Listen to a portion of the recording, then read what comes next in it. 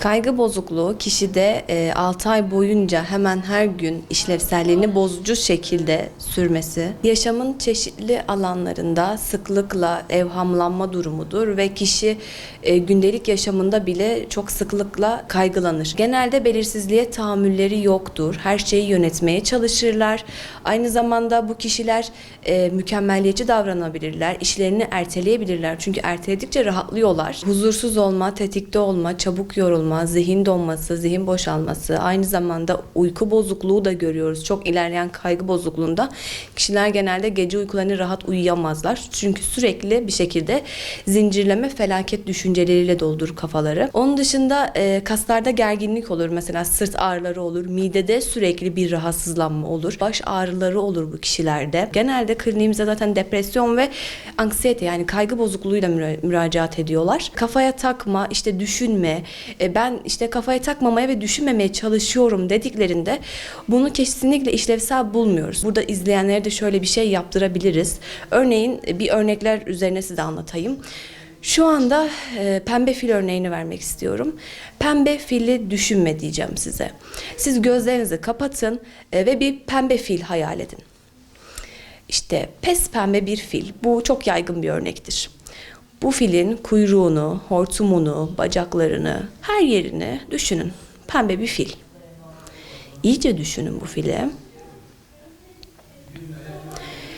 Evet, canlandı mı gözünüzde? Tamam.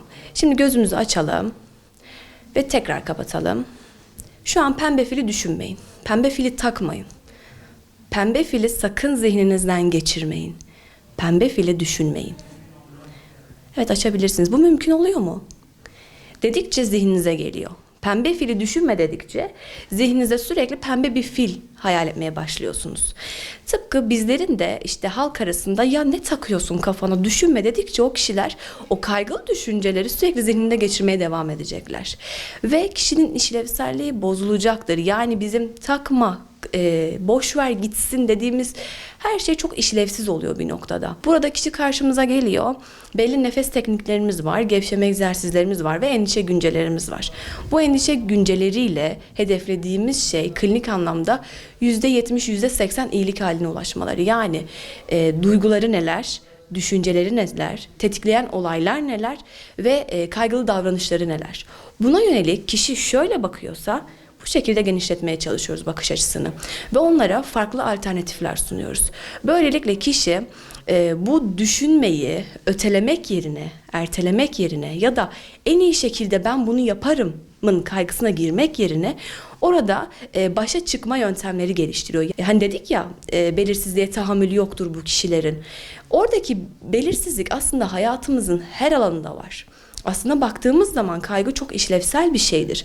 Kaygı sıfır olursa bir kişi dışarı çıktığı an ona araba çarpar ve ölür. Çünkü sağa sola bakmayacaktır. Kaygılı bir insan etrafına bakıp sağa sola bakıp ona göre yoluna devam edecektir. Yani kaygının orta düzeyi bizi hayatta tutucudur. Buradan başladığımız şey kaygıyı tamamen yok etmek değil, kaygının fazla ve işlevselliği bozucu kısmıyla tedavi etmektir. Çevremizdeki insanlar da bizi kaygıya sürüklüyor olabilir. Çok mükemmeliyetçi insanlarla birlikteysek kusursuz olma yolunda gidiyoruz. Fakat bu hayatta hiçbir şey kusursuz değil. Bazı kusurlar vardır, hatalar vardır ve önemli olan bizim onlarla baş edebilme mekanizmamızdır. Biz ne kadar güzel baş edebilirsek o kadar güçleniriz aslında. Katı duvarlarımız olmamalı. Bazen şekil alabilmeliyiz. Yani bir lastik gibi esnek olmalıyız bazı noktalarda ki işlevsel olabilelim. Toplum tarafından çok iş de yüklenir o kişilere. Çünkü her şeyi kafasına takan ve en ince ayrıntısına kadar düşünen, mükemmel yapmaya çalışan bir insan var karşımızda. Ve bu insanlar çok çabuk zihinsel olarak da yorulur. Geceleri de bu yüzden uyuyamaz. Çünkü çok fazla felaket senaryoları kurup düşünüyordur.